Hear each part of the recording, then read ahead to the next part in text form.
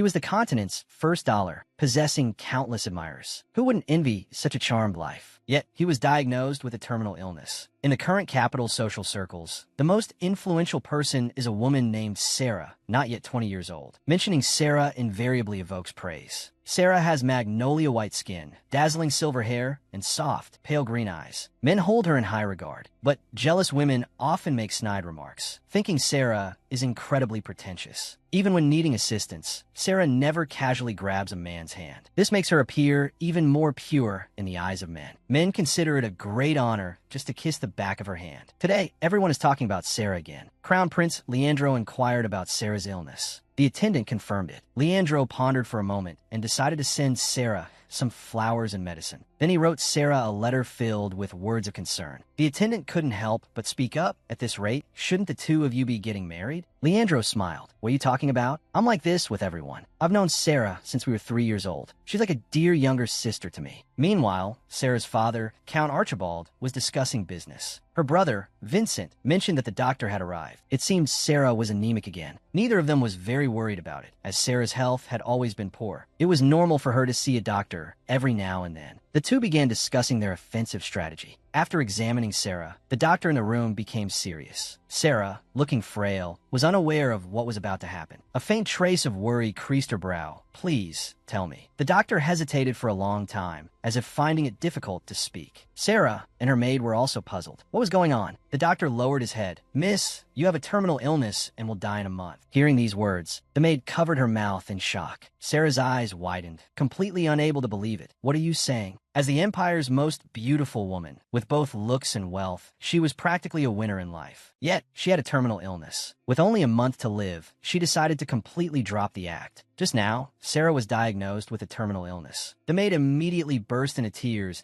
The MY lady is so pitiful. I've been putting on an act for 15 years to maintain the image of the empire's most outstanding, pure, and sickly lady. Am I going to die before I even become the crown princess? Sarah couldn't be bothered to feign frailty anymore. Such a cliched thing has happened. Portia, stop crying. I'm the one dying. Why are you crying? Portia became even more distraught. What are we going to do now? Sarah felt irritated. After all, she only had a month left. Not a single moment could be wasted. She immediately decided to go see her father. In the study, Sarah put on a sickly appearance again. So you were all gathered here for me? She even shed tears as she spoke, that I'm sorry to have worried you. Portia found their gazes terrifying. Even though their mother died, giving birth to Sarah, they always look at Miss with such cold eyes. It's so unfair. Archibald spoke indifferently, I've heard. So what do you want to do? Her brothers knew Sarah very well. She would definitely say she didn't want anything, and then indirectly complain to get what she wanted. Finally, she would emphasize how grateful she was, even though she didn't want it. This was Sarah's pattern. Then Sarah spoke. All I want is a quiet house. Just a maid and a butler. If I could also have 10 million gold coins every month, then I would die without regrets. As soon as she finished speaking, Archibald's monocle fell off. Her brothers were also dumbfounded. Sarah continued, tears streaming down her face, and please don't tell anyone about my terminal illness. Visitors would be too bothersome. After saying everything she wanted, Sarah left with Portia. Archibald couldn't recover for a long time. Did Sarah just ask me for only money? Back in her room, Sarah immediately returned to her normal self. So annoying. Crying without eating is tiring too. Sarah had been regulating her diet for years to maintain her figure. Since she only had a month left anyway, she might as well live a lazy and carefree life. Sarah directly ordered Portia to bring some snacks. Sarah looked out the window. It's truly ridiculous to be diagnosed with a terminal illness just like that. Well then, I'll just slack off more. The white magnolia of high society, playing the role of the Fernane family's only daughter. Rest in peace forever. To gain everyone's affection, she played the White Lotus for 15 years. Now, diagnosed with a terminal illness and only a month left to live, Sarah decided to just give up and embrace the chaos. At this moment, Sarah was looking in the mirror. All right, I really have to admit it. Even with a terminal illness, I'm still beautiful. Then she changed her clothes, planning to go out and look at houses. According to the original schedule, Sarah was supposed to attend Mrs. Spears' banquet. Portia asked if she should inform them that she wouldn't be attending. I'm not going. Sarah said it wasn't necessary. She would just send a handwritten apology card later. Portia quickly explained that today wasn't just a gathering of young ladies. Sarah then remembered that Mrs. Spears was always trying to set her up with her son. She also frequently invited eligible bachelors to the banquet. In other words, Jeffrey and Jasper would also be attending. Sarah gave a slight smile. But if her brothers were put in a difficult position, did it have anything to do with her? When Mrs. Spears was bothering her, her brothers never helped. So let them handle it themselves. Tit for tat, wasn't it? Then the two of them set off to look at houses. Elsewhere, everyone was surprised to see Sarah not attending the banquet. Was it because she wasn't feeling well? Jeffrey and Jasper, facing everyone's questioning, felt restless. What should they do now? The dark-haired man, Kate's, beside them was clueless. Who was Miss Sarah? His dance partner was extremely embarrassed. Attending a party and not even remembering the guest's name? This was basic etiquette. However, if it was the Cates family, then it was understandable. The Cates family, the Helvenessen clan, were a prestigious family with immense wealth and power. They only raised one son per generation. Residing in the border region, they only appeared in the capital once every 30 years. That is, when they reached marriageable age. The woman realized this was a good opportunity. Perhaps she could form a marriage alliance with Kate's. And Kate's had developed a strong interest in Sarah. Just who was this young lady? She wasn't present, but everyone was talking about her. The scene changed. Sarah sat in the carriage, lost in thought. Portia suddenly asked why she didn't disclose her terminal illness. Sarah said it was too troublesome. Many people would come to visit, and she would have to maintain a smile in front of them. Portia was dumbfounded. Haven't you always been like that? Sarah sighed. That was to become the crown princess. Now, there's no time for that. Sarah recalled why she wanted to become the crown princess. It was because she admired the crown prince. Since she was going to die anyway, why not confess to the crown prince? As the social flower, having played the White Lotus for over a decade, now suddenly diagnosed with a terminal illness, of course, she would choose to let loose. By this time, Sarah had finished looking at houses. Returning to the mansion, she thought, how annoying. I'm about to collapse after only looking at 3 houses. What can I even do with this little stamina? Just arriving at the mansion, Sarah was summoned by Archibald. He was so anxious to see her. It seemed that today's events had caused significant damage. Sarah thought carefully. It must be because Helvenessen was on the banquet guest list. Her father wanted to build a relationship with them, but it had nothing to do with her. She would be dead soon. Sarah didn't go towards her father's study. The butler immediately panicked. That's not the way to the study. Sarah turned to look at him.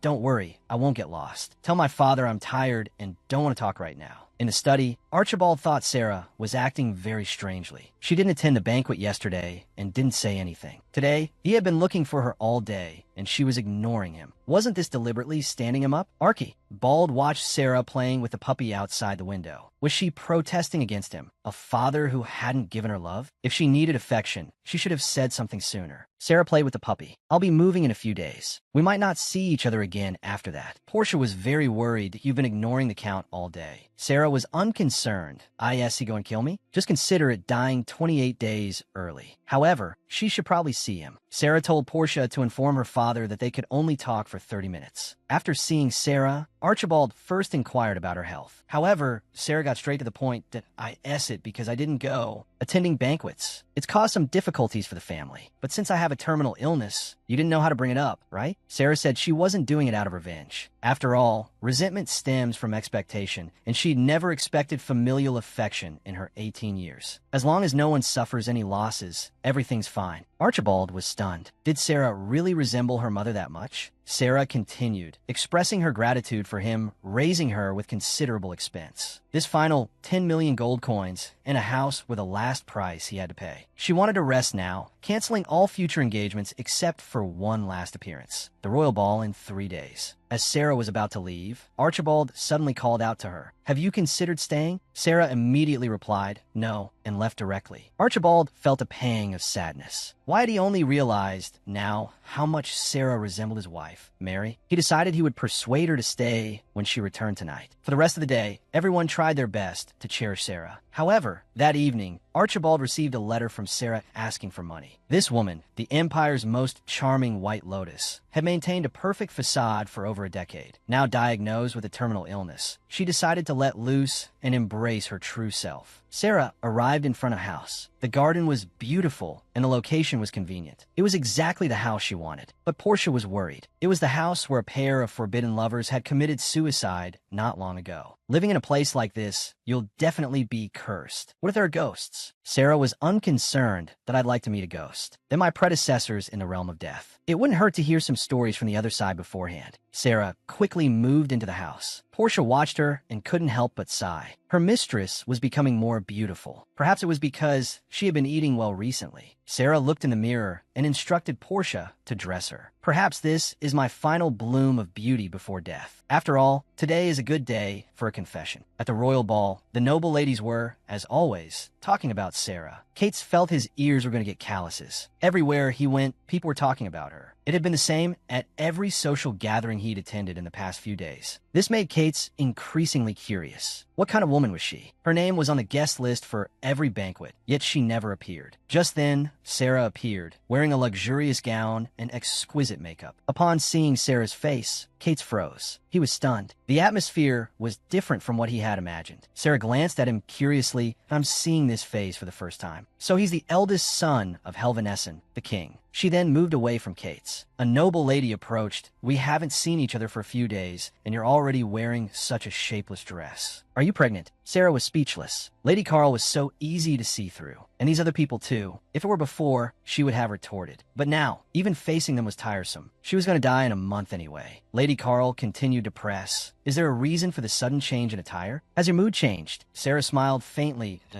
Oh, you find me unnatural, now that I'm covering myself up? As soon as she spoke, everyone was shocked. Lady Carl, who had expected Sarah to cry, quickly tried to recover. I just think the new dress suits you very well. Sarah chuckled and said, the weather has been a bit cold lately. It's foolish to expose your shoulders. You might catch a cold. These words left the ladies wearing off-the-shoulder gowns speechless. Sarah then excused herself with a smile. She walked to a quiet spot. Just as Kate's was about to approach her, the crown prince arrived. What can you do when you're terminally ill and your days are numbered? Confess to the person you like, of course. The crown prince arrived at the ball. Kate's fell in a deep thought. The crown prince was the monarch he would serve in the future. When he was very young, his father had told him that their family's duty was to serve the royal family for generations. But Kate's was more concerned about Sarah now. Sarah stood by the window, her expression as if she might disappear at any moment. She noticed Kate's gaze. Kate's quickly looked away. It was rude to stare at a lady he hadn't spoken to. He turned his head and found that the crown prince was no longer in the ballroom. Sarah was also gone. Elsewhere, Crown Prince Leandro gently asked, did you receive the tulips I sent? Sarah lowered her head slightly. 15 years had passed since she first met His Highness. Leandro couldn't help but sigh. Time really flies. He was only 3 years old when he met Sarah. She was so small and cute. Sarah had gotten lost in the imperial palace back then, so she stood there and cried. Leandro saw this from up in a tree. He went down and approached her. After learning that she was lost, Leandro took Sarah to his father. Sarah fell for Leandro right then and there. She declared that when she grew up, she would definitely marry him. Leandro found it amusing whenever he recalled this. There really wouldn't be a second young lady who proposed to the crown prince in that way. Sarah's face suddenly flushed. Since that first meeting 15 years ago, I've always admired your highness. Leandro immediately panicked. What are you saying? I don't have those kinds of feelings at all. Sarah continued, it's nothing. I just felt that I had to say it someday. I thought if I didn't say it today, I might never get the chance. Then, without a backward glance, Sarah left. Leandro grabbed Sarah's hand, but for a moment, he didn't know what to say. Sarah said she didn't want to reply and pulled her hand away from Leandro. She left directly. Leandro stood there, a bad feeling in his heart. Sarah had confessed to him, yet why did it feel like she was leaving him? The White Lotus, with only a month to live, confessed to the crown prince she had admired for 15 years. Yet, without even hearing the crown prince's reply, Sarah left directly. The noble lady, Richie, witnessed all of this. She couldn't believe her eyes. The esteemed countess couldn't hold back and confessed first. And the other party was the esteemed crown prince. This was definitely exclusive news. Richie was the editor-in-chief of the weekly Nightly Society, which mainly focused on social circles, scandals, and gossip. Richie's heart pounded with excitement. She had actually unearthed a huge piece of gossip about Sarah. How should she write the headline? Should it be about the rumors of Sarah's pregnancy? Or would begging the crown prince for a night together be better? Richie was ecstatic. Sarah had been shut in for days. Even if she published the most sensational report now, no one would find it strange. This one was sure to be a bestseller. Meanwhile, Kate's came out to the courtyard for some fresh air. He still wasn't quite suited for these kinds of occasions. Unexpectedly, he ran into Sarah again. Sarah greeted him with a smile. Kate's was a little surprised. Miss Sarah seems to be in a good mood. Sarah, on the other hand, felt that being able to confess before she died was like checking off an item on her pre-death bucket list. So she was in particularly good spirits. She decided to offer the man in front of her some kindness. Sarah spoke softly. Whatever you do, don't get drunk. If you get drunk tonight, tomorrow, you'll wake up in bed with a woman you don't know. Then she'll say she's pregnant. Even if she's exposed, she'll say it was for love. Sarah suddenly moved closer to Kate's. But remember this one thing. Love that starts easily ends easily. So don't feel guilty and smile more. Sarah's voice was very gentle. Use a smile to hide your true emotions. In social circles, a smile is a huge advantage. Then she took the champagne from Kate's hand and drank it all in one gulp. She turned and left. Just remember one thing. Besides the royal family, you're the absolute top dog. So do whatever you want. Kate's felt his head spinning, but he wasn't drunk. Thinking back to that scene, Kate's face turned as red as a beet. This woman, diagnosed with a terminal illness, had decided to shed her White Lotus image, and she was going to sever ties with her family. At this time, Richie returned to the banquet. After greeting some people, she planned to leave. After all, she had explosive news in her hands. Just then, Sarah also returned. Her father and brothers quickly fussed over her. Have you been well lately? We were just about to look for you.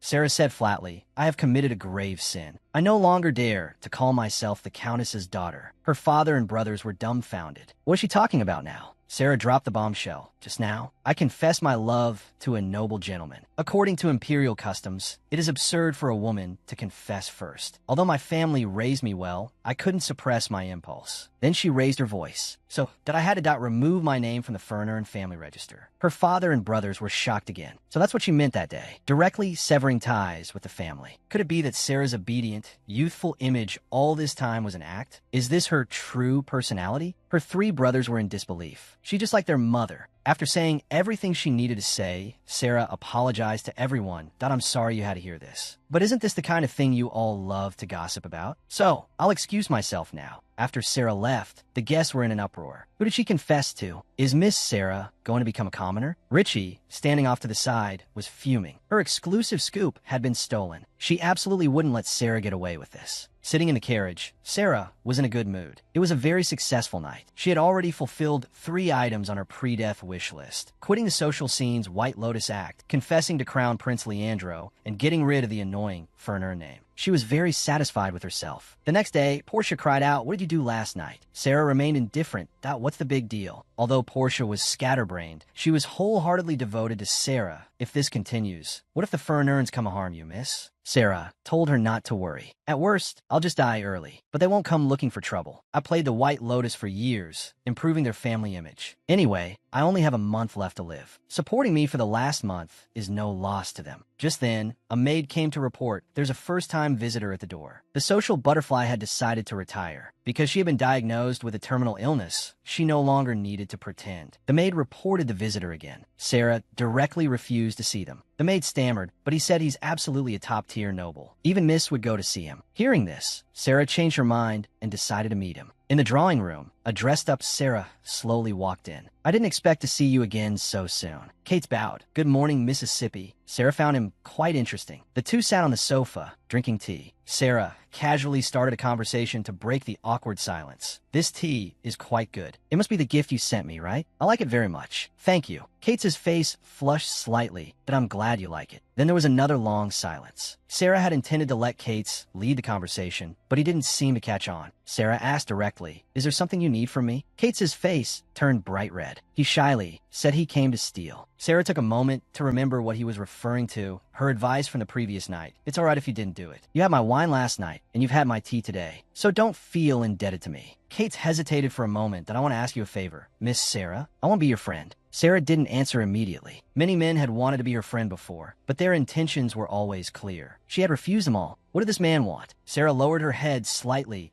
I said okay, even if it doesn't last long. Kate didn't understand what she meant. Sarah smiled and explained, because flowers are fickle. Kate immediately caught on. But Miss Sarah isn't a flower. You're the wind. Sarah didn't expect him to describe her that way. She smiled. All right, the wind has decided to be your friend, but only for 3 weeks. Kate looked a little disappointed. Sarah said indifferently, just think of it as the wind changing, because I don't know how my heart will feel in 3 weeks. Kate had gotten what he wanted. Even if it wasn't permanent, being friends was enough. Sarah had already said she had someone she admired. Kate's face couldn't help but flush again. Just being able to stay by her side was enough. This woman had pretended for over a decade, becoming the purest, most harmless White Lotus. Yet, at the end of her life, she finally made her first friend. Just now, Sarah and Kate became friends. But since they were each other's only friend, they didn't know what to do next. Sarah said directly, I don't have any friends, so I don't know what to do. Why don't we stop here today? We can spend time together next time we meet. Kate's nodded. He would definitely figure it out. That's what friends do. Then Kate's left. Outside, Kate still wore a serious expression. It felt like everything had happened so fast. He had actually become friends with Miss Sarah, though the 3-week time limit was a bit strange. Did it have some special meaning? Just then, a man wearing a hat called out to Kate, "I have something to ask you." Kate immediately asked who he was. The man in the hat said it wasn't important who he was. He seemed to have come from inside the house. "How is Sarah doing?" Kate was startled. Someone who could call her by her first name like that. Was this person close to Miss Sarah? Instead of answering, Kate asked, "Could you tell me what friends do?" The man in the hat patiently replied, "They can go shopping together or go on outings together." Kate nodded that, "I'll keep that in mind." "But Your Highness the Crown Prince, what are you doing here alone?" Leandro hadn't expected to be discovered so quickly. He calmly removed his fake beard. "Your observation skills are quite good." "So, the answer to my question is..." Kate replied that Sarah was fine and seemed very healthy. Leandro still felt uneasy. He hadn't slept at all last night. Sarah's departing figure kept appearing in his mind. Although it wasn't the first time he'd been confessed to, he couldn't say anything yesterday. He'd always seen her as a younger sister. "But why did you let go before I even realized?" Leandro decided to go see Sarah. The next second, Archibald and Sarah's brothers appeared. "You too. Why are you at my daughter's doorstep?" Archibald's face was full of remorse. "Miss Sarah doesn't belong to our family anymore, does she?" Archibald quickly explained that was precisely why they were there. They absolutely couldn't bear to become strangers with Sarah. "For the remaining time, we will definitely treat Sarah well." Behind a nearby tree, a young woman watched all of this with confusion. "What's going on? These men, why are they all gathered at Sarah's doorstep? What kind of charm does this woman possess? To have all the most eligible men in the Empire gathered at her doorstep, even arguing over her." Euphemia hid behind a tree, watching everything unfold. What in the world is going on? Euphemia was the only daughter of a marquis, raised in luxury since childhood. She also believed herself to be the most beautiful woman in the world. However, at her debutante ball, Sarah's radiance completely overshadowed her. Every man in the Empire was captivated by Sarah, while Euphemia, because she wore the same color dress as Sarah, ended her debut in spectacular failure. Since then, she had intensely disliked Sarah. The mere mention of Sarah's name irritated her. Yet, at the same time, Euphemia envied Sarah's gentle nature and beautiful face. She longed to touch it. Today, there was a stalker lurking around, so Euphemia, fearing he might harm Sarah, had been keeping watch. However, Sarah seemed completely unaware of her presence. Just as Euphemia was about to leave, the front door of Sarah's mansion suddenly opened. Leandro's heart pounded. Had Sarah noticed him? However, the butler walked right past them. He approached Euphemia and invited her to the reception room. Once inside, Sarah greeted Euphemia warmly. Euphemia was captivated by Sarah's beauty, speechless for a moment. Then, she quickly regained her composure. "Is she trying to brainwash me with her beauty? What's the real reason she called me here?" Sarah slowly approached Euphemia. "Perhaps, would you like to be friends with me?" Euphemia blushed. Sarah was even more beautiful up close, and she had a lovely fragrance. Euphemia immediately agreed. Sarah smiled faintly. "I made a male friend today, so I need a female friend for balance." She had happened to see Euphemia pacing back and forth in front of her house. Sarah mentioned she was feeling sleepy. "Could we perhaps share our friendship in 2 hours?" Euphemia, of course, couldn't refuse Sarah's request and readily agreed. Sarah asked Portia to entertain Euphemia for a while, then prepared to return to her room to rest. Just then, she suddenly remembered the uninvited guests outside. "What should I do with them? I really hate dealing with troublesome things. I'll just take a nap first." This is the most carefree woman I've ever met. Several top-tier men are waiting at her doorstep. However, he chose to take a nap first. Just now, Sarah left the Crown Prince and the others waiting at the door and went to sleep. 2 hours had passed when Sarah woke up. While Portia was combing Sarah's hair, she kept asking what they should do as they were still waiting outside. Sarah was unconcerned. Just let them wait. Miss Euphemia takes priority. Inside the reception room, Euphemia kept eating sweets. She felt incredibly happy. Eating such delicious cake for the first time, Euphemia felt a pang of guilt. What was she doing? Didn't she hate Sarah the most? That wicked Sarah was probably laughing at her in her room right now. How insidious. After Sarah finished getting ready and came to the reception room, Euphemia pointed at her and demanded, "How could you treat people like this?" Sarah simply asked calmly, "Is the Black Forest cake delicious? I specifically requested it be meticulously made because it's for a friend." Then, she reached out and wiped Euphemia's mouth. "That you've got some on your face." Euphemia's face immediately flushed crimson. Sarah spoke sincerely. "I'm very happy to become friends with Euphemia. Actually, I don't have any friends yet. I kind of long for it." Euphemia immediately became narcissistic. Now she was Sarah's friend, which meant Sarah longed for her. So Euphemia giggled and said that she also longed to be friends with Sarah. Sarah immediately asked what friends should do together. Euphemia patted her chest and declared, "I'll tell you one by one myself." However, Sarah's next word surprised Portia. "Since you've decided to be my friend, you can go home now." Euphemia was stunned. Why? Sarah had to explain that there were still people waiting for her at the door, and she had to go see them. Surely the magnanimous Euphemia would understand. Euphemia loudly protested, "No, friends do everything together. If Sarah is going, I'm going too." Sarah immediately agreed. "Then let's go together." 10 minutes later, the group waiting at the door was invited into the reception room. Sarah calmly inquired, "What is the reason for coming here without a word?" Meanwhile, Leandro was still being searched by the butler, who refused to let him in. Women born into the family received no affection. Due to illness, she severed ties with her family. However, her father and brothers regretted it. The Count Fernan family had always maintained a public image of a happy family. But they all had one thing in common: indifference to everything. They never suffered a loss. The four men of the Fernan family unconditionally loved only one person, Countess Mary. At this moment, Archibald's face showed an expression of heartache. How can our Sarah's arms be so thin? There's no flesh on her face either. Her brothers also started crying. "Our Sarah is sick. What should we do?" Brother Jeffrey asked if Sarah was very uncomfortable. Sarah was speechless. "Didn't I say that matter should be kept secret?" Her brothers quickly explained that they had come to apologize. Vincent said that they had been too much before. Because of the difficult childbirth that led to the loss of their mother, they had always resented Sarah. But seeing Sarah like this, everyone truly felt that Sarah was their mother's daughter. Vincent lowered his head and said, "So, give us another chance. Return to the Count's mansion for the next 3 weeks. We will treat you well." Sarah looked at them coldly.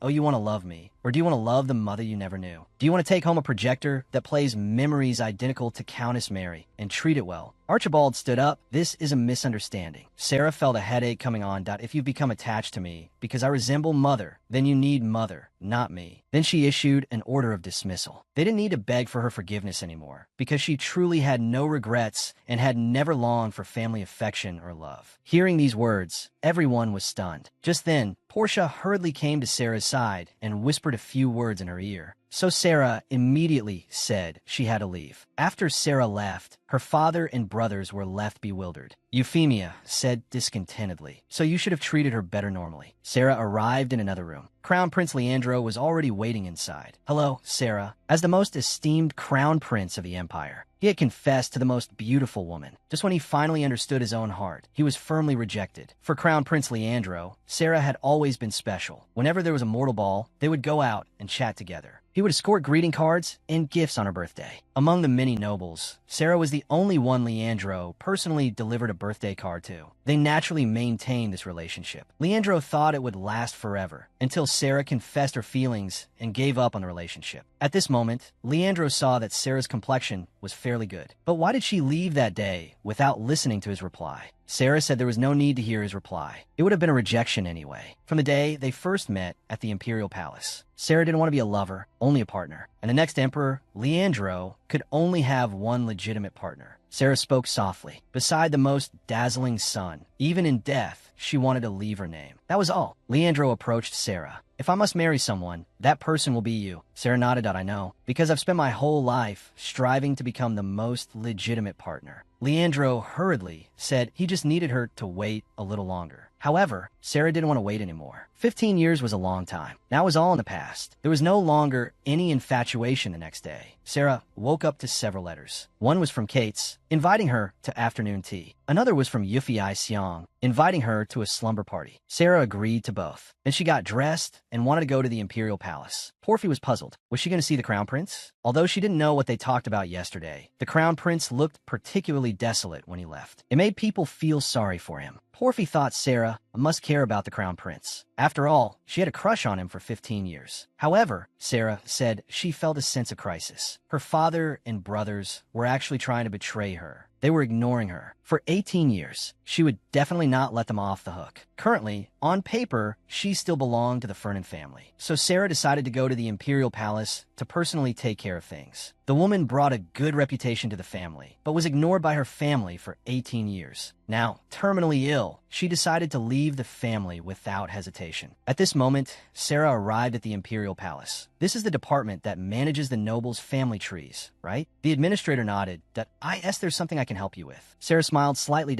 I'll get straight to the point. I want to see the Fernan family tree. The administrator respectfully handed over the family tree. Sarah smiled and said, "Turn to the last page. Find my name and erase it." The administrator's jaws dropped in surprise. Sarah had to repeat herself. The administrators were dumbfounded. What was going on? Usually, nobles only looked up names in the family tree to threaten someone. The countess had actually come in person and asked for her name to be erased. Wasn't this unprecedented in the empire's history? The administrators didn't dare to comply, because if they did, they might very well lose their heads. So they could only make excuses that we can't make a decision on this matter lightly, because there's no precedent. So it has to be transferred to the competent higher authority. It may take a few days to get a reply. Hearing these words, Sarah fainted on the spot. A few hours later, Sarah was having afternoon tea with Kates. Kates asked with concern, "I heard you fainted this morning." Sarah gave a nonchalant smile. News travels fast. What would these people do if I disappeared? Kates asked again if she was all right. Seeing Kate's sincere expression, Sarah felt irritated.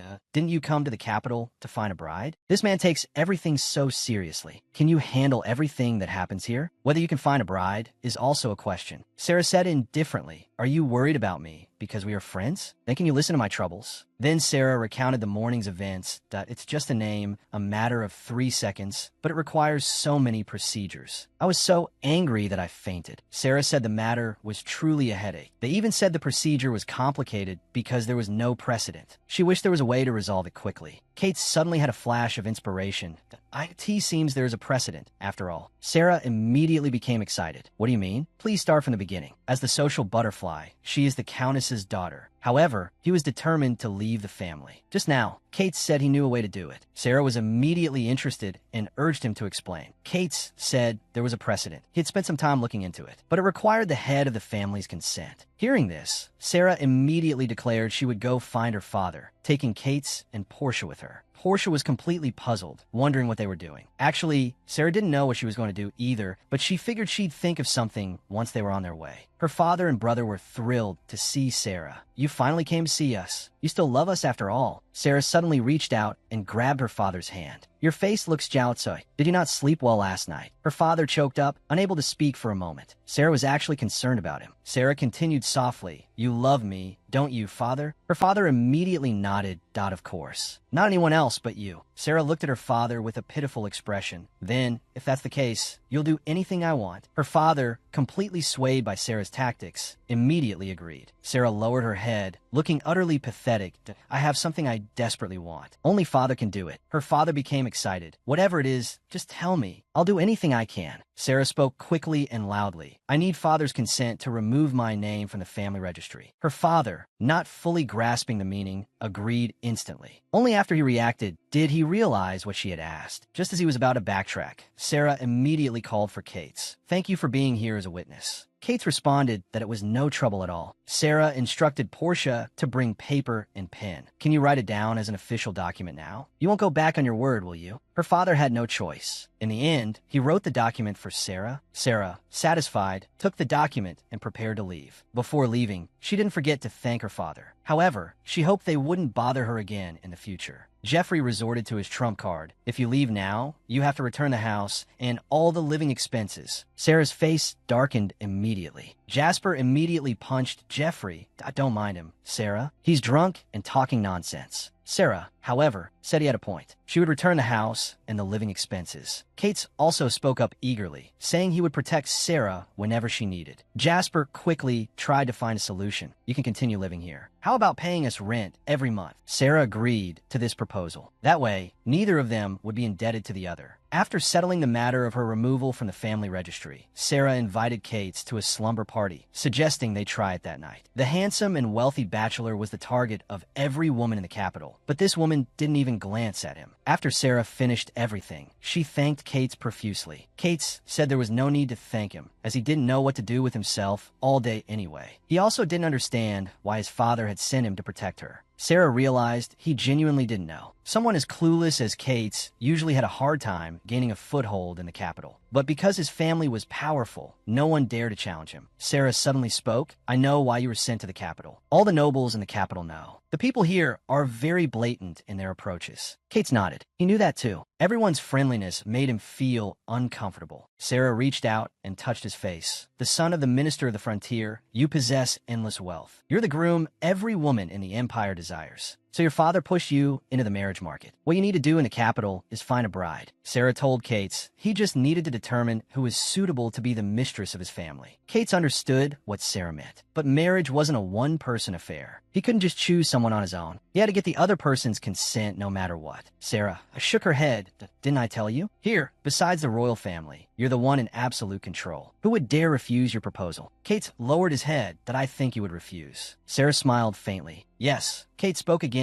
So, your proposition that all women would accept my proposal is false. He then prepared to escort Sarah home. In the carriage, Sarah kept thinking. It seemed that she truly was the only one who would refuse Kate's proposal. However, she didn't have any regrets about him. Since she was about to die anyway, she felt no attachment. In a palace dining hall, the emperor couldn't help but bring up the matter. I heard Sarah was removed from the family registry. Is it true? The empress nodded. The staff personally came to report it. But the count surely won't just let it go, will he? The empress and emperor continued discussing the matter. Leandro couldn't help but slam his hand on the table and stand up. How could they do that? Sarah, why would they? This man before them was the empire's esteemed crown prince. What was it that made him lose his composure and get angry in front of the emperor? Just now, hearing the emperor talk about Sarah's situation, Leandro couldn't hold back any longer. I asked the count mad? To let his youngest daughter leave the family alone. The empress also became angry. Your voice is too loud. Don't we all know the superficial reason? According to imperial customs, a woman expressing her feelings to a man first is unacceptable. Hearing these words, the emperor also jumped up. This is outrageous. A pure, pitiful, and shy child like Sarah confessed to a man? It must have been some scoundrel, some rat, who seduced our innocent Sarah. Just let me find out who that guy is and I'll... Leandro was startled and quickly stopped his father from speaking. The scoundrel was, in fact, himself. The empress and emperor were stunned. After Leandro finished speaking, his face red. He immediately left the dining hall. The emperor's face lit up, completely losing his previous anger. Is that so? Wonderful. Let's have the wedding right away. The empress's expression was grave. Don't you understand the situation? Sarah's status hasn't been downgraded yet because the news that she might marry Kate has already spread throughout high society. The emperor was dumbfounded. That night, Kate attended the slumber party, but he never expected it to be like this. His face was completely flushed. To share a bed with a lady before marriage, this is highly improper. Sarah and Yuffie didn't mind. Yuffie cheerfully suggested they play truth or dare. If you roll a 1 or 2, you ask someone a question. 3 and 4, Sarah asks, and so on. After explaining the rules, the game began. Yuffie rolled the dice first and got a 1. Her question was, Sir Kates, is there a woman in the capital you care about? Kates' face immediately turned red. He chose to drink and not answer. In the second round, it was Yuffie's turn to ask again. She asked Kates, is the woman you care about a redhead? Kates immediately answered, no. Sarah, beside him, couldn't help but laugh. Finally, it was Kate's turn to ask a question. Miss Sarah, who did you confess to at the ball the other day? A woman bought a house at a low price after the previous owner committed suicide. Now, supernatural phenomena are occurring. What's going on? At this moment, Sarah was still playing truth or dare. Kate asked her a personal question. Sarah asked them not to tell anyone, then revealed that she had confessed to the crown prince, but was rejected. Kate's face flushed. Sarah had been rejected? Sarah said she had already come to terms with it. Just as Kate was about to speak, Yuffie came over. Did you hear a strange noise? They quieted down and indeed heard a whimpering sound. Yuffie immediately became frightened. What is that? Yuffie said she didn't know. The room directly above yours is empty. That's because the previous owner of this house hanged himself in that room. So, every night, you can hear crying. Sarah sighed. That supernatural story again? Ghosts don't scare me. Yuffie decided to go see for herself what the noise was. Kate immediately tried to stop her, but Yuffie was determined to go. Sarah could only suggest they go upstairs and check. What was that sound? They'd know once they saw for themselves. The group slowly climbed the stairs, candles in hand. The upstairs was extremely dark, and a rustling sound persisted. Sarah thought it might be insects. They arrived at the door to the room. It was unlocked. Sarah smiled and said whoever wanted to come upstairs could open the door. Kate kept staring at Sarah's face. Sarah noticed his face was red. He must be drunk. Kate quickly said he was fine. Then he became monarch. He couldn't even control his blushing in front of the woman he liked. It was so embarrassing. Yuffie and Portia were still discussing who should open the door. The door suddenly opened on its own. This startled them all. Sarah was stunned. What was going on? Then another noise came, and it was very loud. Kate listened carefully and realized the sound was coming from the first floor. Meanwhile, the servants downstairs were yelling that an intruder had already come upstairs. shoulders. At this critical moment, Kate's masculinity came to the fore. "All of you, stay behind me." The man who had disguised himself and entered the noble lady's house was actually the esteemed crown prince. Just now, Sarah's servants had discovered the intruder and shielded everyone behind them. One even took off his shirt, grabbed a wooden stick, and declared he would protect them. Just then, the intruder arrived. However, when he reached Kate's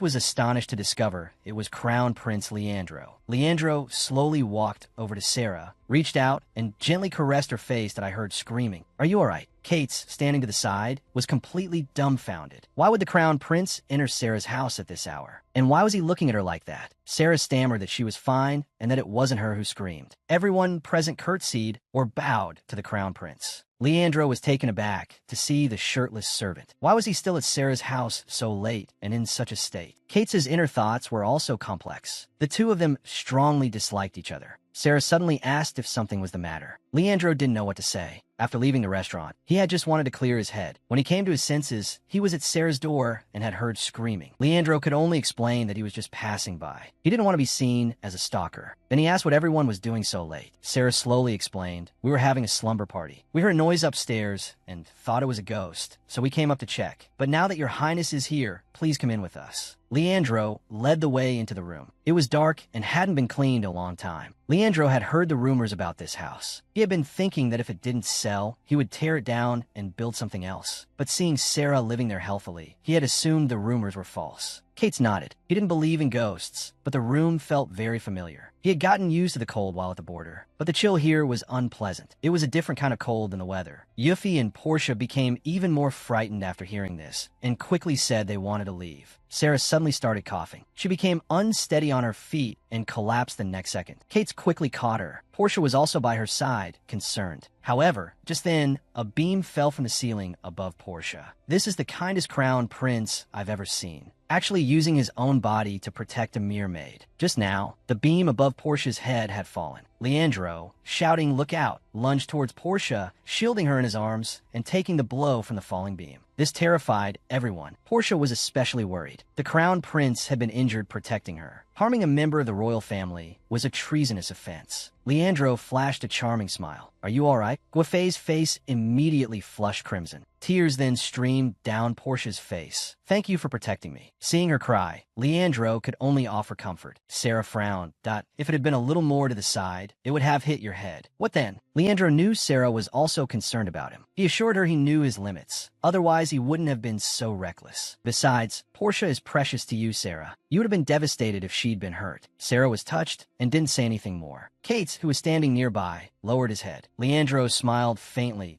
"I've decided not to mention this attempted rebellion. Everything that happened here will be our secret. Besides, if anyone found out about this now, I'd be quite embarrassed." Yuffie suggested they hurry back to treat Leandro's wound. Leandro nodded. "There's no ghost here. It's a very old window frame. It wasn't closed properly, so the wind makes it creak." Yuffie took a look and realized it was true. She'd been scared for nothing. Leandro said his wound was starting to hurt, and he needed Kate's help to treat it. Then he reached out and poked Sarah's forehead. "I'm fine. Don't punish Portia because of this." Sarah nodded in agreement. After everyone left, Sarah looked back at the window. Will this really just end like this? She had a bad feeling. Back in the room, Leandro's back was a bloody mess. Splinters were embedded in his flesh. Kate's could only provide some emergency treatment. He would need proper care back at the palace. Leandro said he knew. "But Sir Kate's, you must have done this many times, right? I mean, is there a good excuse to cover this up?" The crown prince, seriously injured while saving a maid, was only thinking about how to hide his wounds. Just moments ago, Leandro had been struck by a falling beam while saving Portia, leaving a large gash on his back. He asked Kate how he could cover it up. He would be in trouble if anyone investigated. Kate suggested he could say he fell off a horse. Leandro was dumbfounded. If someone fell off a horse like that, they'd break their spine or worse. In the end, Leandro decided to think of an excuse himself. Kate spoke calmly. "I think you could tell the truth. If you explain the situation in detail, I don't think His Majesty would punish Portia or Lady Sarah." Leandro said that wouldn't work. Even if Portia and Sarah weren't held responsible, Kate's, as a border knight, would be punished for failing to protect the crown prince. Kate's admitted he was at fault for not fulfilling his duty, so that couldn't be a reason not to tell the truth. Leandro shook his head. If Kate's were punished, Sarah would blame herself. Leandro didn't want her to feel responsible for his injury, so he was willing to endure the pain and find an excuse to hide it. He was afraid Sarah would blame herself for his injury, so he wanted to find an excuse to hide it. But punishing Kate's to assert imperial authority was absolutely out of the question. The Sarah Leandro knew wasn't heartless. Meanwhile, Sarah found the butler.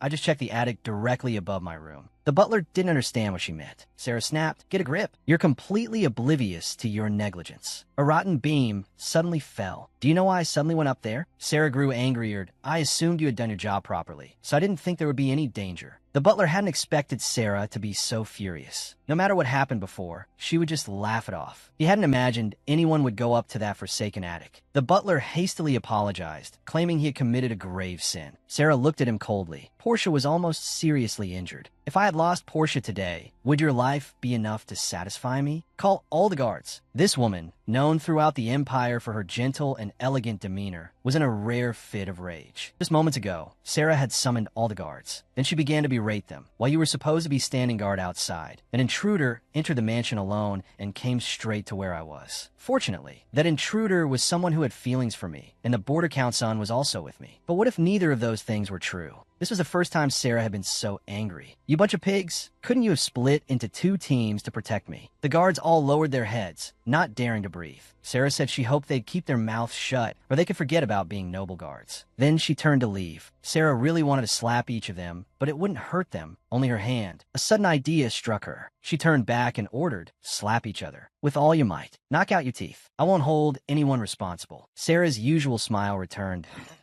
"Oh, what are you waiting for? Begin." Leandro and Kate emerged just in time to see the guards hitting each other. Leandro smiled slightly. "I told you." Sarah wouldn't just let it go. She's changed a bit recently, but she's still the same Sarah. Kate felt strange. Every time he spoke with the Crown Prince, he felt a sense of unease. So far, he couldn't find any fault with the Crown Prince's character. On the contrary, he seemed to be a very forgiving person. Kate knew that serving such a master in the future would undoubtedly be something to be grateful for. But he was bothered. The Crown Prince had fair skin, a high nose, slightly upturned lips, and sky-blue eyes. Sarah's first love didn't resemble him at all. Kate finally mustered the courage to speak.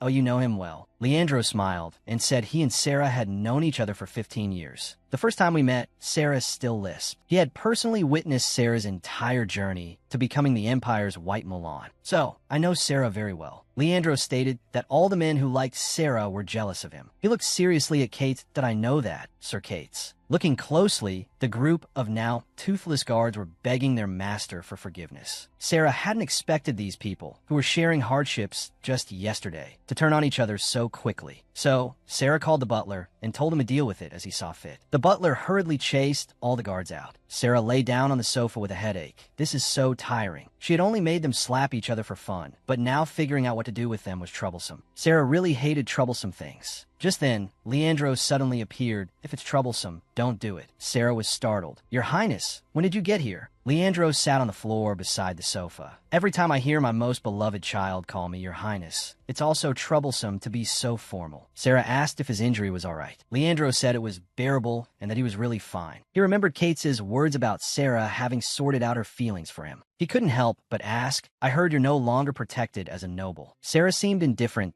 "I asked that why you came? I thought something serious had happened again." Leandro couldn't understand why she would do that. "Did you have a fight with your family?" Sarah nodded.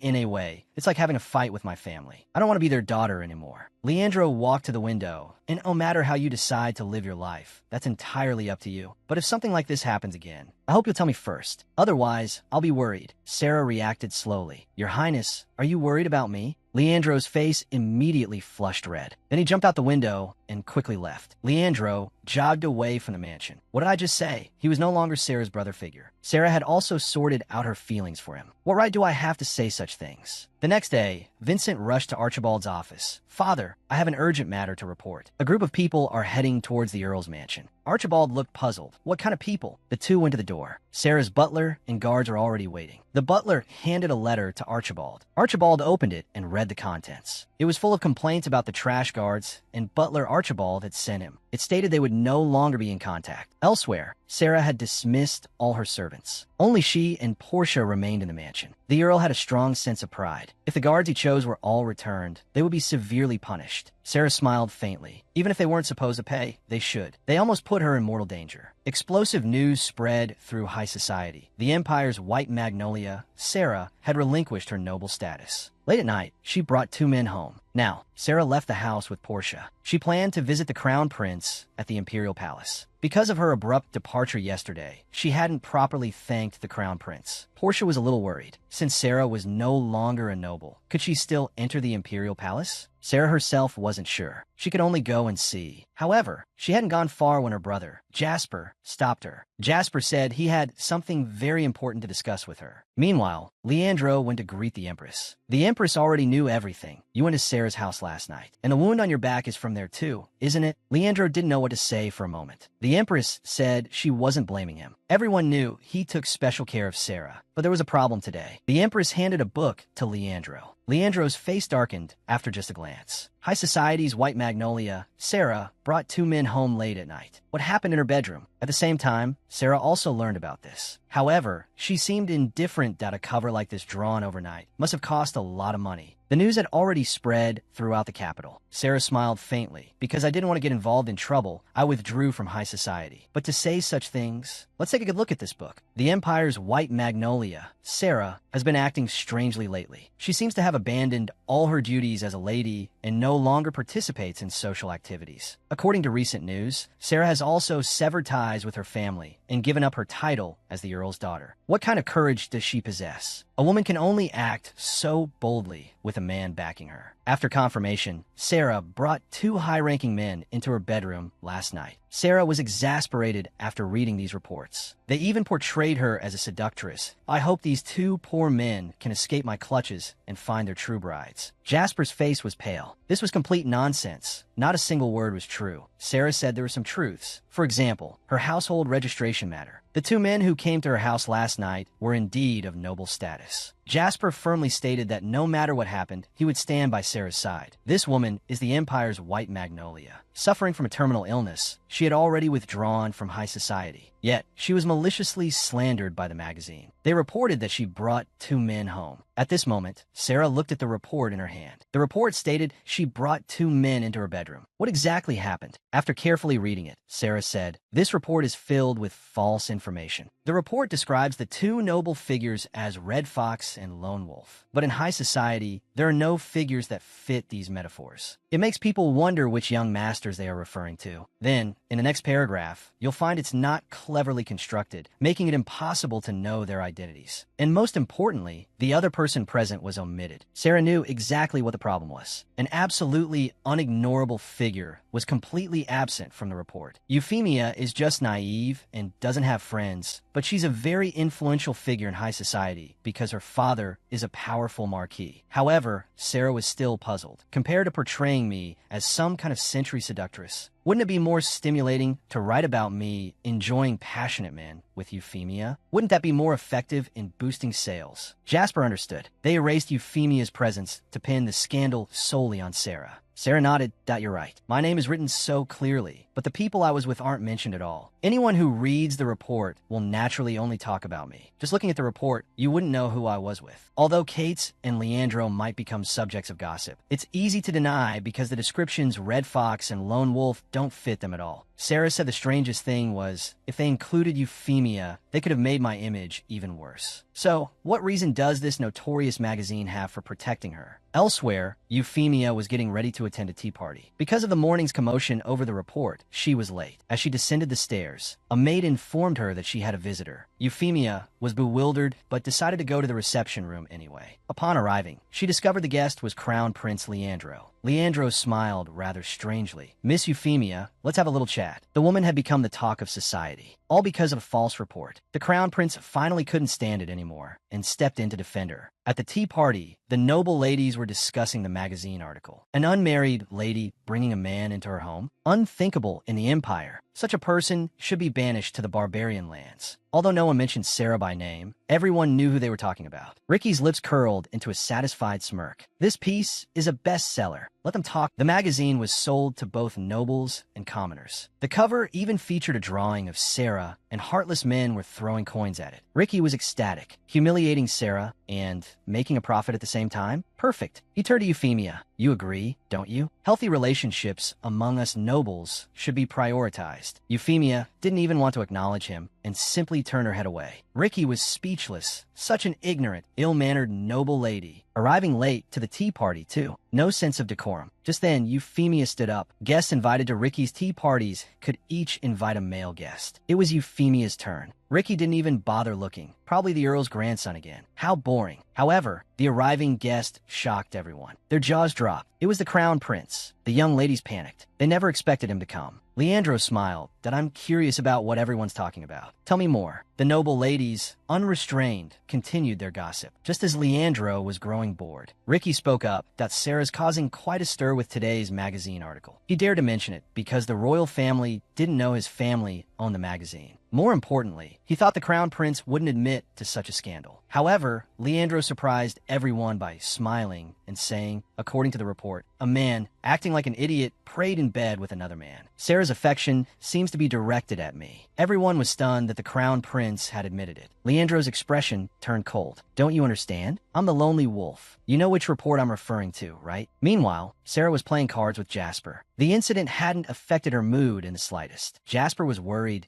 Shouldn't we do something? Sarah said waiting was best. Soon a knock echoed. Sarah knew it must be Kate's. Euphemia opened the door to see Kate's worried face. Sarah smiled at S.O. What do you think? Isn't the report amusing? You're the calmest woman I've ever met. Rumors about you being a seductress are running rampant, and yet she calmly sips her tea. Sarah instructed a maid to prepare tea. Jasper finally spoke. You have a plan, right? Sarah looked confused. A plan? As far as I know, the court mages haven't developed time travel magic yet. Everyone sat down. Kate urged her to tell everyone the truth, that the report wasn't real. Sarah was unconcerned. You want me to go around proclaiming my innocence? What's the situation among the nobles now? Jasper knew everyone was gossiping. Sarah didn't need to name names. They all knew who it was about. This was the way of the nobles. Euphemia was also anxious. If Sarah came forward to correct the story now, it would only make things worse. Kate was filled with guilt. This incident was ruining Sarah's life, and he was deeply involved. Sarah spoke calmly that you're here because this report is damaging the family's reputation, right? Jasper immediately replied, more than the damage, we're worried about you. Sarah smiled faintly, don't you know? I'll be dead in 22 days anyway. Kate didn't understand what she meant. Sarah explained that she had a terminal illness and would die soon. Why waste my energy? She told them not to worry. If she died, they could just publish a correction then. I'm practically dying from this illness, and a magazine publishes such a lowbrow, slanderous report. Won't this easily stir up public opinion? This way, the family's image can be restored. Sarah looked at Kate's. You don't have to be sad about my death. We haven't known each other long, yet you're already feeling heartbroken. Please use your sadness on something more dear to you. Guafei asked, choking back tears.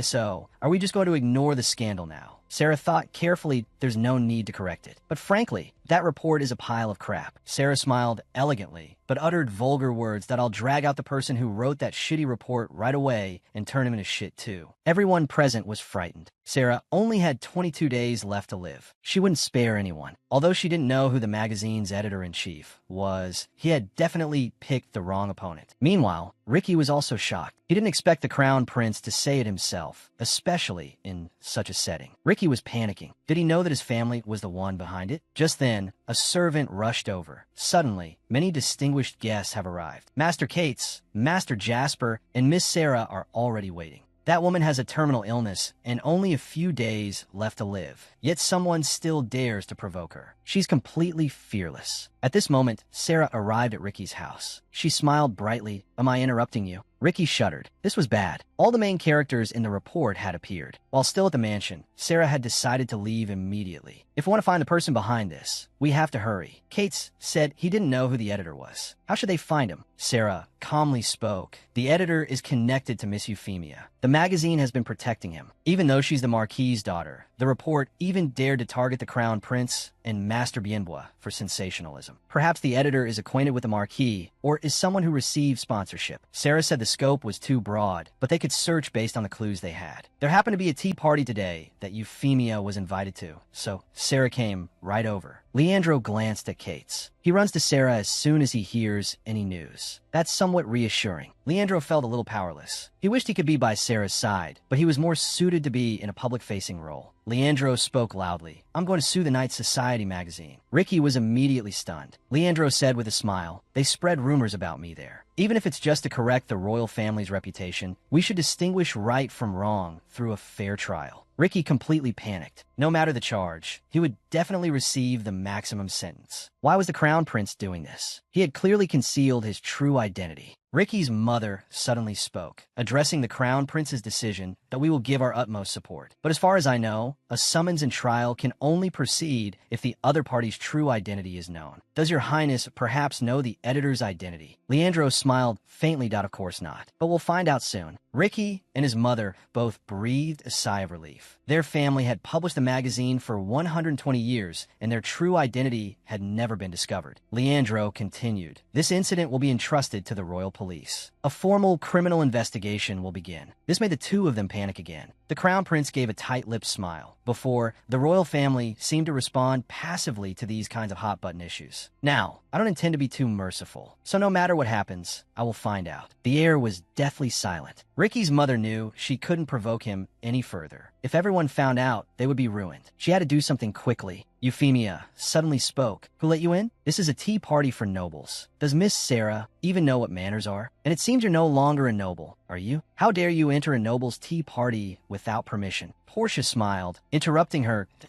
My master is Master Kate's. Kate's face also darkened. If my maid's presence here is disrespectful, I apologize. However, isn't this a bit too much towards me? The Empire's White Lotus was slandered and subjected to rumors, and several men stepped forward to resolve the issue for her. Her charm was truly immense. Just now, Ricky's mother flew into a rage at Portia. Kate's face was extremely gloomy. Isn't this too snobbish towards me and my maid? Ricky's mother and Ricky were stunned. Kate remembered what Sarah had said not long ago. Sarah had asked him to play the role of a difficult man, used only gestures and glances to order people around. Everyone, a shrewd heiress from a border. Kate was still a little worried he might not do well. Sarah said she had told him before. In the capital, Kate's had absolute authority. At this moment, Kate strode forward. Are you ignoring me now? Not only Ricky and his mother, but all the noble ladies present were surprised. From Crown Prince Leandro, who suddenly wanted to sue the magazine, to the adult who tore it up, and now to young Master Kate's. And it was all such terrible bullying. So the young ladies quickly made excuses and left. Ricky was furious. They had just been discussing it together. Why had Kate's come over again? Had he already been used by Sarah? Ricky suddenly spoke. That child is Sarah's maid. Everyone knows that. Suddenly saying she's the Viscount's maid. I don't know what you're making a fuss about, Sarah said elegantly. If I've caused chaos, please forgive my heartbreak. Bursting into a tea party I wasn't invited to must have startled you.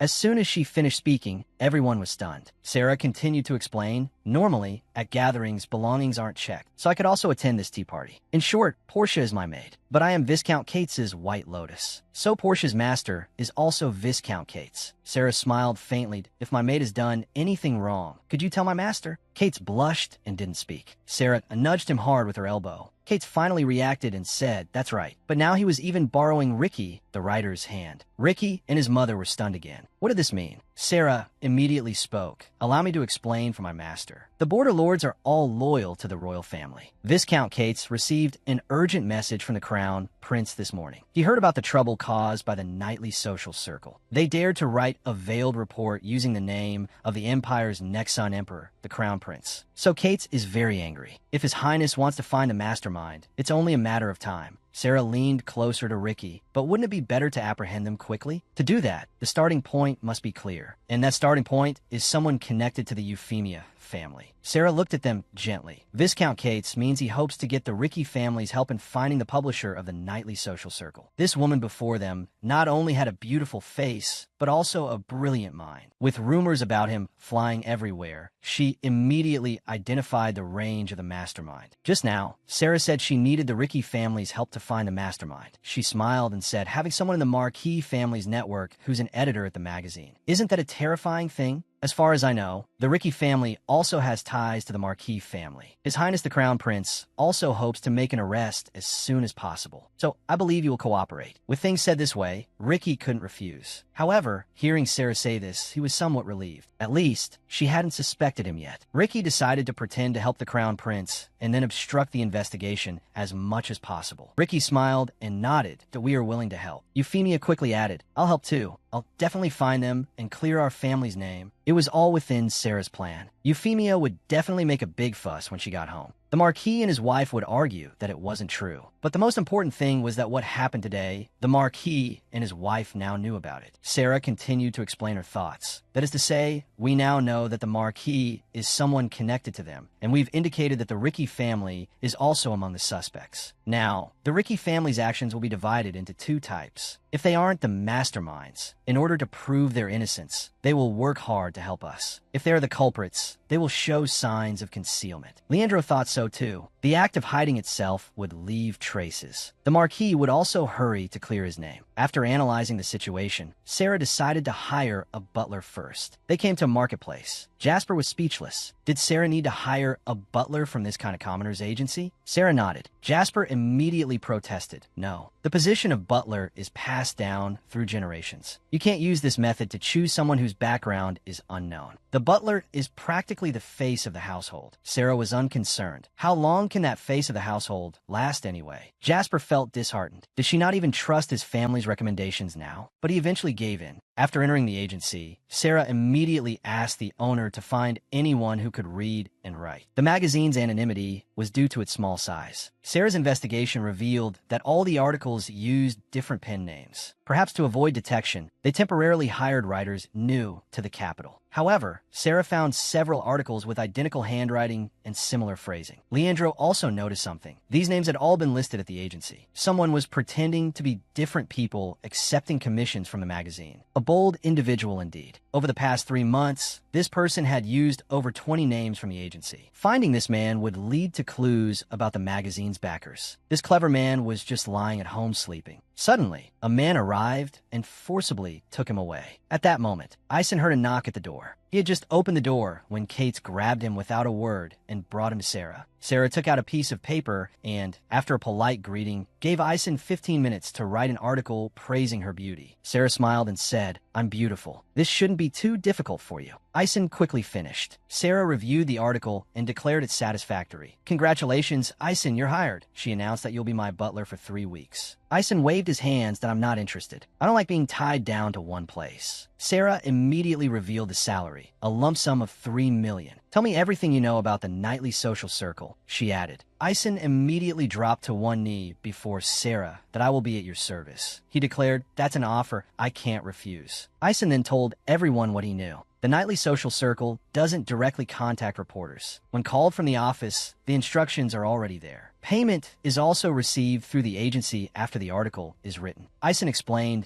they never mentioned the nightly social circle specifically, so I didn't know I was writing for them. However, after publication, they send a copy of the magazine with the published article. Sarah nodded, "But that's not the nightly social circle." Eisen adjusted his glasses that it's a shabby little pamphlet that makes you wonder if it's even properly published. They just slap my article together with other random pieces. As for how Eisen discovered this, he explained that he didn't want stable employment, and these commissions suited him perfectly. He confirmed with the agency that they wouldn't commission the same reporter twice. But Eisen didn't want to give up the work. He was instructed to change his registered name at the agency to get more work. When Eisen received the second sample, he almost laughed. It was the same magazine as before, just with different articles. That's when he realized it was a sham. After finding this loophole, Eisen continued using this method to earn money. Sarah understood he was negotiating. While she didn't dislike greedy people, $3 million was a lifetime's earnings for a reporter. Sarah spoke calmly. "I'll pay you $1 million now as an advance. If things go well, I'll pay you extra." Eisen immediately agreed. "Although I'm a bit of a scoundrel, I have a few principles I always adhere to. So, the information you want on the nightly social circle, I'll find it for you within 2 weeks." This woman was truly extravagant, casually spending $3 million to hire a butler for just 2 weeks. Jasper couldn't help but speak up. Was it necessary to make him a butler? Couldn't you just pay him for the information? Sarah disagreed. Regardless of the position, he needs to stay close. That way, the nightly social circle can't snatch him away. And it just so happens that my butler position is vacant. Sarah intended to entrust Eisen with the key to tracking down the nightly social circle. Soon, Eisen returned, looking much more presentable. He finally looked the part of a butler. The next moment, Euphemia burst through the door that you're going after the people behind the nightly social circle. I want to help. Elsewhere, the Marquis was shocked to hear that Euphemia was helping. The Crown Prince was also investigating this matter. Ricky, he exclaimed,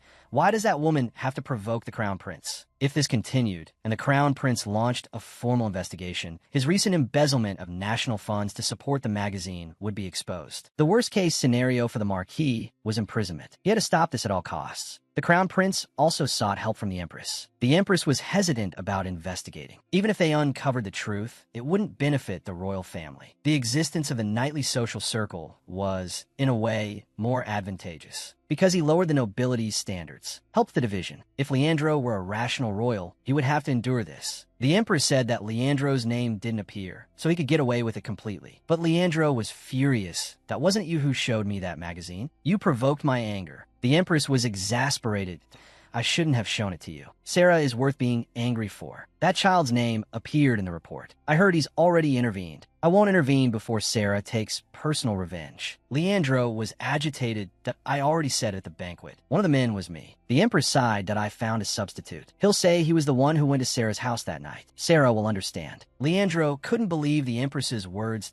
So, only I can get away with it. The Empress said he could secretly help Sarah behind the scenes. Leandro refused outright. Nightly Social Circle will cease publication. Didn't Mother teach me? I listened carefully to your words just now. The Minister of Finance, the Marquis, money is flowing there. The royal family has always turned a blind eye to this. I don't want to protect the Marquis at all. I will continue to investigate. Sarah is going to be the Crown Princess. This woman has a terminal illness and won't live long. Yet she's still being slandered by the magazine. I will find out who is behind this. At this time, Euphemia was crying foul everywhere. The Marquis family couldn't possibly have anything to do with Nightly Social Circle. I have to clear up this misunderstanding. Kate was worried about Sarah's health. I guess it all right for her to have walked so much. Sarah smiled and said, if I fall, Sir Kate will carry me. Then she added, but we should finish quickly. You have to play the role of a troublemaker this time, too. The group arrived at the agency. The boss was startled when he saw Ison. How did this kid get so clean? Ison asked the boss about the magazine, but the boss claimed he didn't know what it was. There are only 1 or 2 magazines I commission. When Ison pressed him, the boss stubbornly refused to talk. At this point, it was Kate's turn. He stood in front of the boss. I am Kate's heir of the border. I have the right to investigate directly. The boss was intimidated, but he still wouldn't talk. Kate's expression darkened.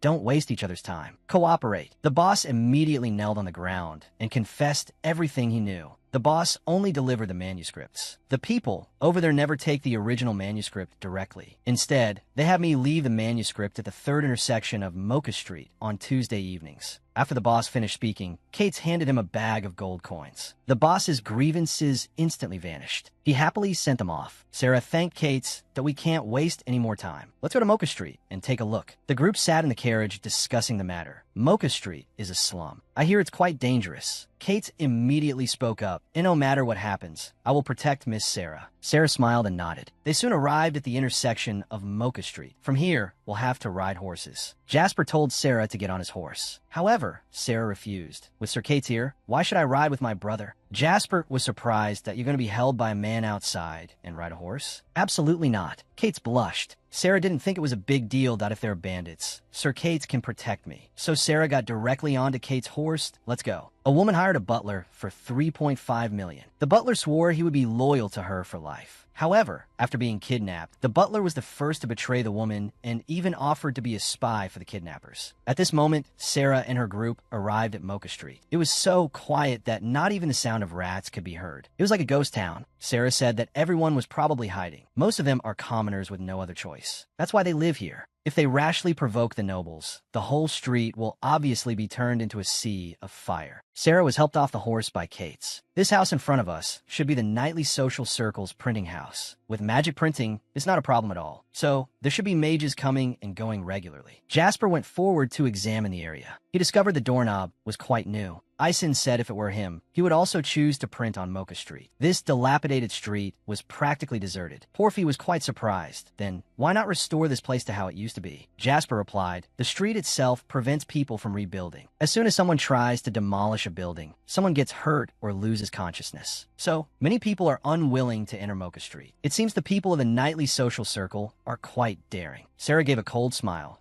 As long as there's money to be made. We're ghosts anyway. Sarah wanted to tear the door down directly, but this place was very likely private property. They didn't have a search warrant. For now, let's go have lunch. Ison was overjoyed upon hearing this. Finally, some decent food. However, Sarah asked Ison to stay behind. She hoped Ison could help keep watch. Ison was very reluctant. How can I stay here all alone? Sarah gave a gentle smile. Did you think 3.5 million was easy to earn? Ison had no choice but to watch Sarah and the others leave. Sarah arrived at a restaurant. The group prepared to start their meal. Kate asked, is it really all right to leave Ison behind? Sarah said it was fine to leave Ison there. It's not like he'll die. Kate wasn't worried about that. He was afraid the people from the nightly social circle would contact Ison first. Sarah had also been worried about this, but after seeing the printing house on Mocha Street, she changed her mind. The nightly social circle's informants are definitely watching us. They'll also be curious about how much information we've gathered, but they won't necessarily go through Ison to find out. So, Sarah decided to take advantage of their curiosity. Sarah asked Porphy to take out the video device. This is a self-defense item every noble lady has. Just press the button, and you can not only see the situation on site, but also clearly hear the sound. Sarah slipped the other device onto Ison. Now, press the button, and we can see his situation.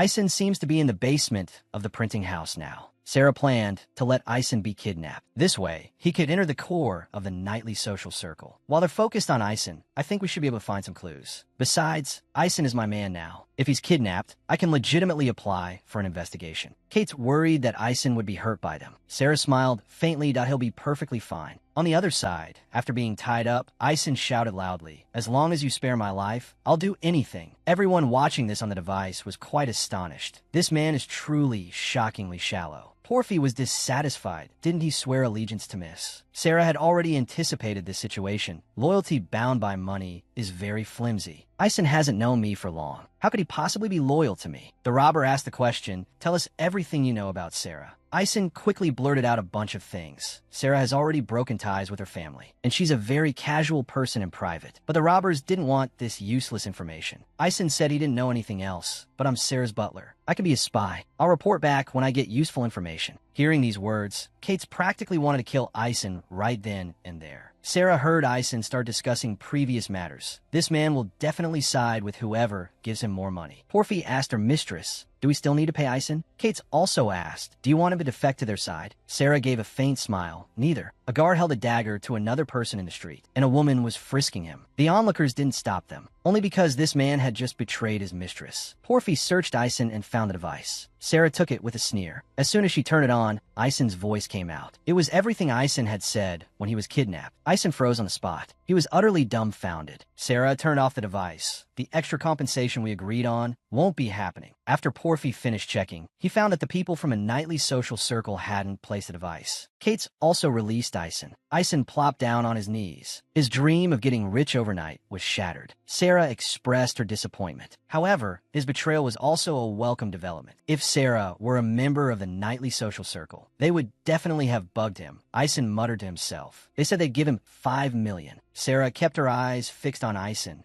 If you can keep your promise, I'll add another 500,000 on top of the 5 million. Ison immediately cried out, Miss, this was all part of my plan. I pretended to betray you and give them the information, but it was actually to infiltrate the enemy and extract information. Euphemia was disgusted when she heard this. Just how low could this man stoop? Porphy also told Sarah not to believe Ison's words. This guy was bound to betray them again sooner or later. Kate's completely agreed with Porphy. Leaving no way out for a traitor was a long-standing family tradition. Ison hung his head, not daring to speak. Then he knelt before Sarah. Miss, he said, I have committed a grave sin. I am willing to accept any punishment. But Sarah told him to give his information to the nightly social circle. Everyone was dumbfounded. Ison also asked if she was serious. Sarah smiled and nodded. They offered money. It would be rude to refuse. Besides, what other opportunity would scum like you have to earn 5 million? You might as well go sign a contract with them. And my 500,000, that's 5.5 million total. Although I'm not sure if they'll actually give you that much. I believe they probably will. At this moment, Sarah became a goddess in Ison's eyes. Miss was so magnanimous. She was actually letting him earn so much money. She was truly a saint. Ison immediately declared his eternal loyalty to Sarah. Sarah then explained that she also wanted information on the nightly social circle. So Ison needed to become a double agent between the two sides. Could he manage it?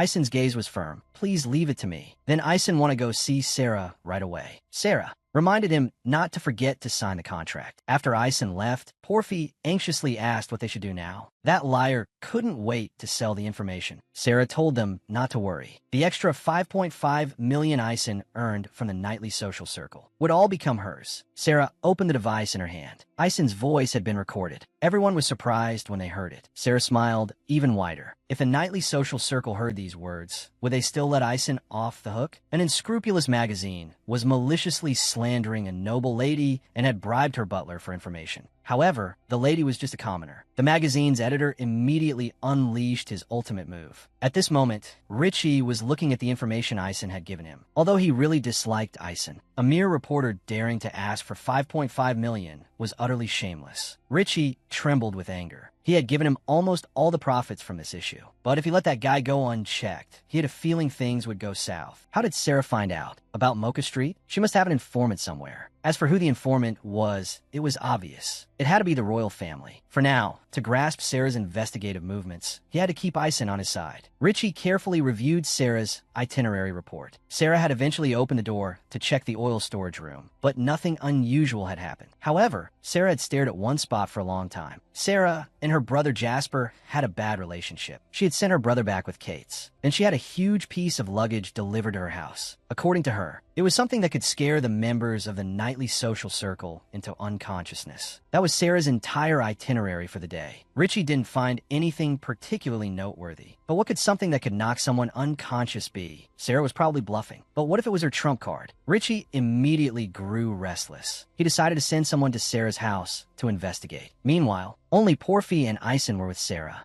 Ison was extremely nervous. Her 3.5 million was gone. Sarah still maintained an elegant smile. You should cultivate your core first. Ison asked what they should do now. Young Master Cates will stay up with him tonight. After all, he provoked the nightly social circle today. Now, there were only 3 people in the large house. There's only one person with any fighting ability. The good-for-nothing him and the young lady who sprains her ankle even while running were completely useless. Porfi was speechless after hearing this. The only person with fighting ability that's supposed to be me? Sarah told him not to worry. She had just dismissed the mansion's guards and would entrust the job to someone more reliable. At this moment, 3 men in black arrived at the door. The scarred leader checked the details of their commission, confirmed what exactly the luggage Sarah brought into the house was, and make it impossible for Sarah to leave the house for the next few days. Scarface revealed a wicked smile. It seemed the client wanted them to do something harmful that couldn't be reported to the authorities. Scarface and his group climbed over the wall and entered Sarah's residence. A noble's mansion is this easy to sneak into? Looks like there really are no guards here. The next second, Sarah appeared before them. You're here. The 3 men froze. Sarah smiled at them. You have very distinctive features. You look like a rotten onion, a rotten potato, and a rotten cabbage. I've been waiting for you. However, I didn't expect it would be some rotten vegetables. Hearing these words, the men were enraged. They immediately drew their knives. You're quite pretty. So don't worry, I won't hurt your face. Thugs broke into a noble lady's house late at night. Not only was the lady not afraid, but she personally went out to greet them. After being provoked by Sarah, the thugs charged at her with their knives. Sarah stood still without moving. Tiny, come out and play. As soon as she finished speaking, a large snow-white dog ran out and charged towards the thugs. The men looked back and were almost scared silly. Isn't that a wolfhound? Sarah smiled and said, you can play to your heart's content today. Then she smiled and watched from the side. Tiny has grown quite a bit recently. For a wolfhound of this age, tumbling around and fighting is quite normal. So take this opportunity to play as much as you like. Ison was shocked as he watched from inside the house, and oh wonder young Master Cates wasn't needed. He hadn't expected that the huge luggage transported by carriage was actually a cage containing a wolfhound. Porfi glared at Ison. If Mrs. bullied, she will always retaliate tenfold. The thugs were already beaten to the ground by the wolfhound. The wolfhound lay down in front of Sarah with an expression seeking praise. Sarah patted its head, praising it for a job well done. Then she walked over to the thugs.